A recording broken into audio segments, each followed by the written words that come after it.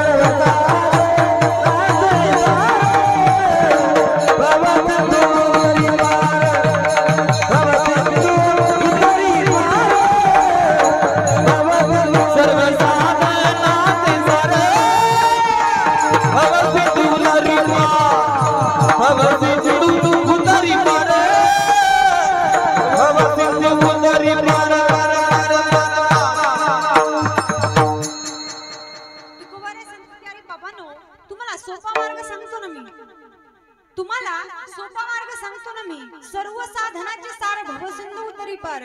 अरे बाबा या दुसऱ्या अवघड मार्गामध्ये कशाला जातात, सोपा शॉर्टकट सांगतो ना, जेणेकरून म्हणजे कसं 8 दिवस कीर्तनाला आलं नाही आलं तरीही चालतं, पण शेवटच्या काल्याच्या पंक्तीला आलं म्हणजे झालं. म्हणजे कसं 7ही दिवसाचं सार काय आहे हो, काला. काला घेतला की म्हणजे बाकीच्या 7 दिवसाचं पुण्य त्याला प्राप्त होतं. मग तसं तुकोबारे सांगतात की अरे बाबांनो, सगळ्या साधनाचं जे सार आहे ना, सगळ्या साधनाचं जे सार आहे ते सार घ्या ना तुम्ही. ते सार जर तुम्ही घेतलं ना, त्या साराचं जर श्रवण केलं तर हा जो भवसागर आहे ना, हा या भवसागरातून तुम्ही सुखरूप पार व्हाल. या सागरातून तुम्ही सुखरूप पार व्हाल.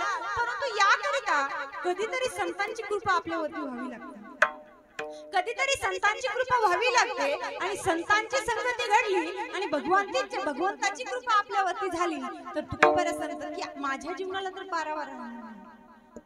तुकोबारे म्हणतात की माझ्या जीवनाला पारावार राहणार नाही, जेणेकरून माझं जसं आयुष्य झालं ना तेही तुम्ही भोगावं असं तुकोबाराला वाटतं. म्हणून तुकोबारे सांगतात का तुम्ही आम्ही विचारावं आहो तुकोबारे. तुकोबारे सांगतात की बाबांनो, अवघड गोष्टीमध्ये गुंतू नका. योग याग तपे या तिन्ही चारी गोष्टीमध्ये तुम्ही गुंतू नका. काय करा, सगळ्या सोपं मार्ग धरा ना, देवाचं नामचिंतन करा, त्या भगवंताचं नामचिंतन करा, भजन करा. एवढ्यामध्ये तुमच्या जीवनाचं कल्याण होऊन या भवसागरातून तुम्ही तरुण पार व्हाल. बरं मला सांगा, तुकोबारांनी कधी योगाचा अभ्यास केला नाही, तुकोबारांनी कधी तपही केलं नाही, तुकोबारांनी फक्त केलं काय आयुष्यामध्ये तर त्या देवाचं भजन. मी एक उदाहरण, एक दृष्टांत सांगून जाईल तुम्हाला. योगाचा अभ्यास करणारी जी नाथ संप्रदायातली लोक होती, म्हणजे नवनाथ होऊन गेले. योग कशाला म्हणतात बरं, ज्या योगामध्ये जेवढी सामर्थ्यता होती ते सामर्थ्य तुकोबाऱ्यामध्ये आहे का नाही हेही तुम्हाला सांगेल मी तुम्हाला. तुकोबाऱ्या आणि हे नाथ ज्या वेळेला हे नवनाथ या पृथ्वी यात्रेचं भ्रमण करत होते ना, त्यावेळेला श्री राज्यामधून निघाले होते. श्री राज्यामधून म्हणजे कन्या राज्यामधून निघाले होते. त्या राज्यामधून निघत असताना त्या कन्याने काय केलं, त्या स्त्रीने काय केलं, गोरक्षनाथ आणि मच्छिंद्रनाथ हे दोघे जण निघाले. जात असताना काय केलं, त्या कन्या राज्यातून जात असताना त्यांनी सांगितलं की ही सोन्याची वीट मच्छिंद्रनाथाच्या झोळीमध्ये दिली. सोन्याची वीट मच्छिंद्रनाथाच्या झोळीमध्ये दिली. सांगितलं की तुम्हाला रस्त्याला कधी कामं पडली तर उपयोगी येईल तुम्हाला, म्हणून ही सोन्याची वीट तुमच्या झोळीमध्ये ठेवा. मच्छिंद्रनाथ आणि गोरक्षनाथ हे दोघे जण निघाले. परंतु मच्छिंद्रनाथाच्या झोळीमध्ये सोन्याची वीट होती आणि गोरक्षनाथ हे दोघे जण निघाले. गुरु शिष्याचं जोडपं हे निघालं. चालत असताना मच्छिंद्रनाथांनी गोरक्षनाथाला विचारा, गौरख यहा कोई डरतो नाही, गौरख यहा कोई डरतो नाही. आता गोरक्षनाथांनी विचार करावे की अरे देवा, तुम्ही आम्ही संन्याशी लोक, तुम्हाला माती आणि सोनं याचीही भीती नाही, कारण की आपलं संन्याशाजवळ काहीच नाही. मग भीतात तरी कशाला गुरुजी, भीतात तरी कशाला.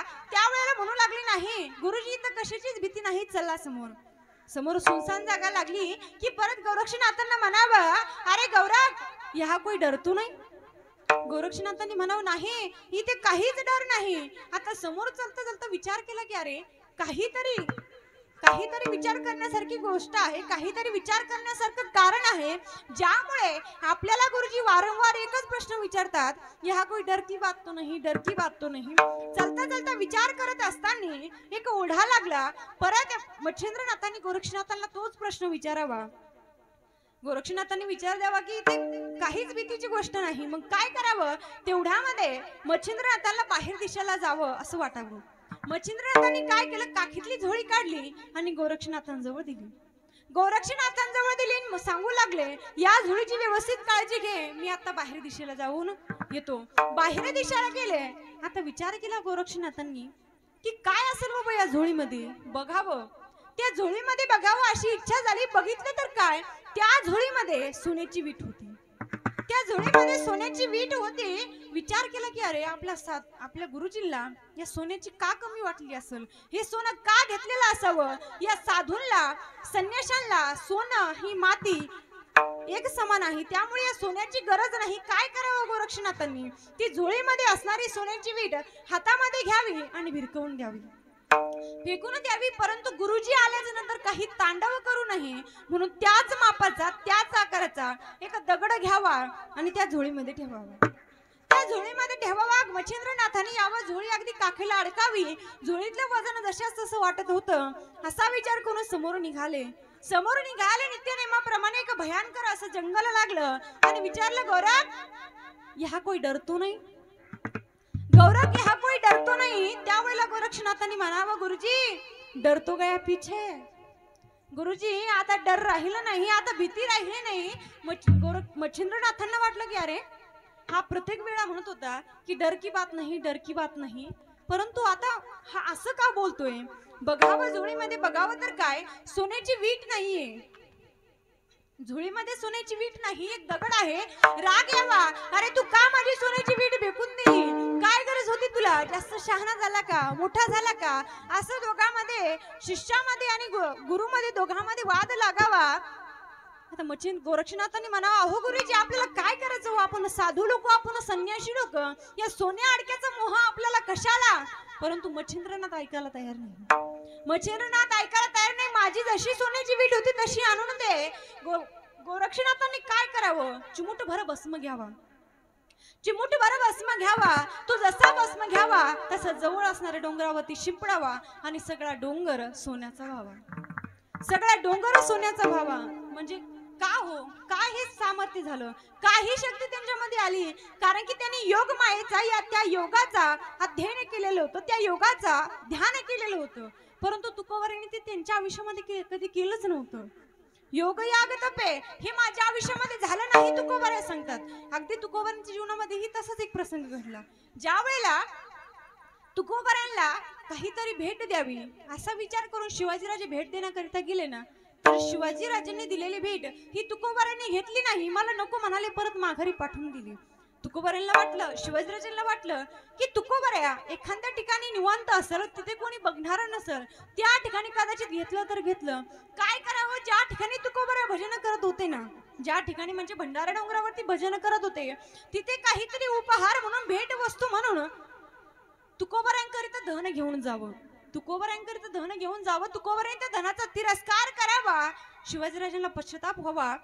तुकोबारायांच्या चरणावरती गडबडा लोळावा, हो तुकोबाराया माझ्या एवढ्या भेटीचा स्वीकार करा.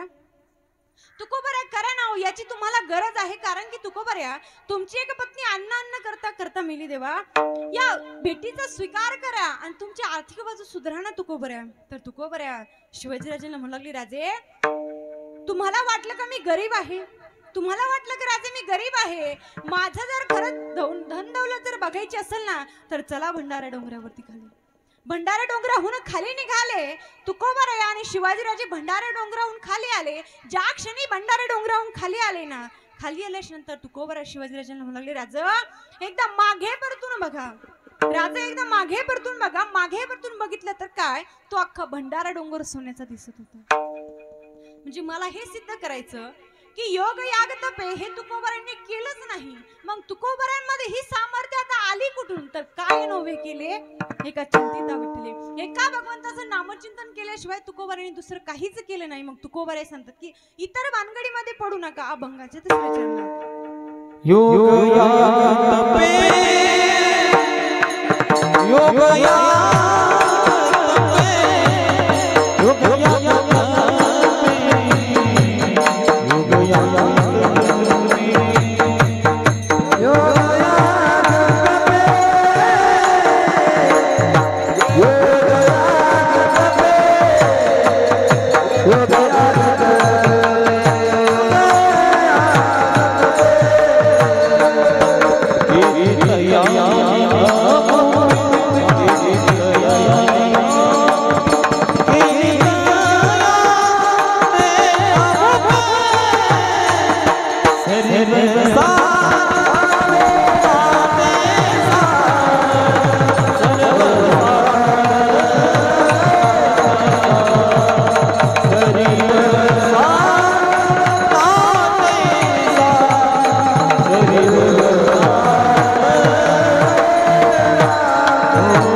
Oh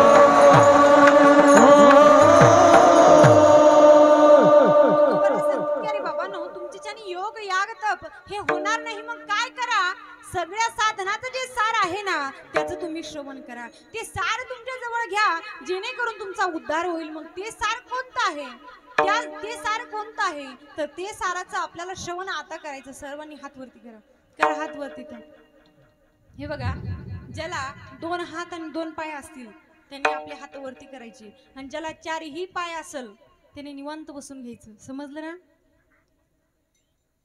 समजलं ना. विठोबा हरे रे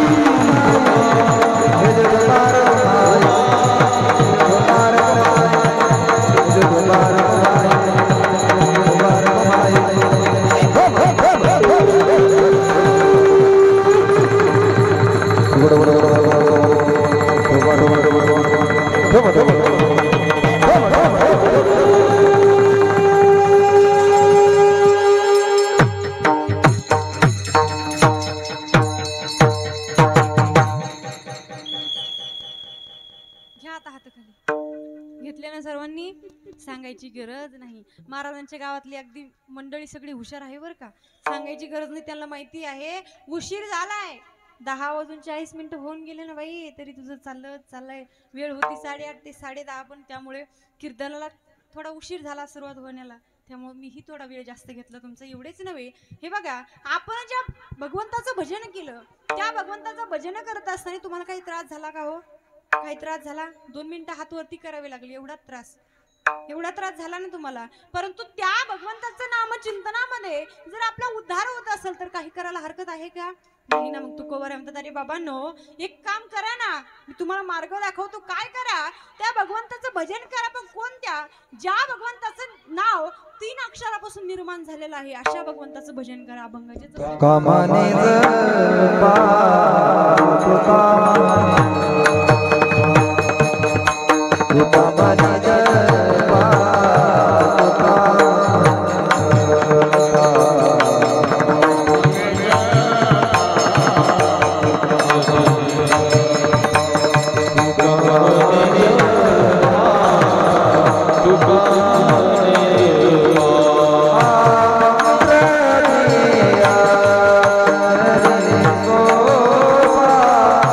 Contra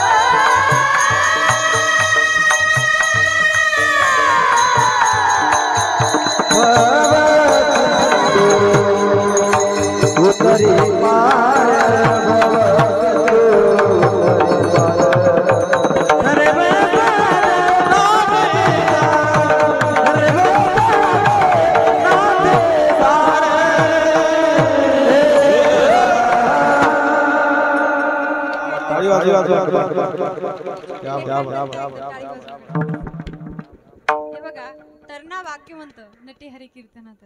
हे बघा त्या लेकरांना आपण जसे संस्कार लावून ना तसे घडत चालतात. खरं तर या वयामध्ये अगदी माणसानं बरोबर किंवा समाजामध्ये ते थोडं धाडीच करून गाण्याचा प्रयत्न करतात म्हणजे खूप मोठी गोष्ट आहे बरं का. अगदी भगवंताला ईश्वराला एकच प्रार्थना करेल की या लेकरांना चांगली सद्बुद्धी दे. अगदी अख्ख्या महाराष्ट्रामध्ये त्यांचं गोड असं नाव असू दे. खरं तर संस्थेतली आहे का गावात? बरं बरं बरं खूप छान मंडळी आहे बरं का. खरंच लेकरांकरता खरंच एकदा जोर अशा टाळ्या वाजवा. बघा कौतुक करावं तेवढं कमीच आहे. खरं तर तुम्ही गावकरी मंडळी असतील अगदी नियोजनही खूप गोड आहे बरं का. तुम्ही सर्वजण गायक मंडळी असतील वादक असतील सर्वांना मी धन्यवाद देते. कारण की तुकोबऱ्या सांगतात की अरे बाबांनो या जीवनामध्ये संतांच्या संगतीशिवाय किंवा भगवंताच्या कृपाशिवाय आपल्या आयुष्याला काहीच आपल्या जीवनाला काहीच हे नाही पार नाही किंवा आपल्या जीवनाचं काही खरंच नाही. कारण की संतांची संगत हे बघा संगती जर चुकली ना एकदा जर संगती चुकली तर आपलं आयुष्य चुकायला वेळ लागत नाही. म्हणून या संतांच्या संगतीमध्ये काही काळ घालवण्याकरिता आपला थोडा वेळ भेटतोय. म्हणून या भगवंताची कृपा आहे. तुकोबऱ्या सांगतात की तुका म्हणे जपा मंत्र त्रिअक्षरी सोपा. त्या भगवंताचं नामचिंतन करा जेणेकरून त्या भगवंताची कृपा घडेल आणि भगवंताची कृपा घडली की संतांची संगती घडेल. या अभंगामध्ये तुकोबऱ्या आपल्याला स्वतःला आलेला अनुभव तुकोबऱ्या सांगून गेले. खरं तर तुमचा खूप आज मी वेळ घेतलाय म्हणून मी जास्त काही बोलणार नाही. निवून पुरते पुरते अधिक ते सरते करून घ्यावे तुमते विनवी तसे एवढे बोलून मी माझे कीर्तन रूपी सेवेला पूर्ण विराम देते ज्ञानी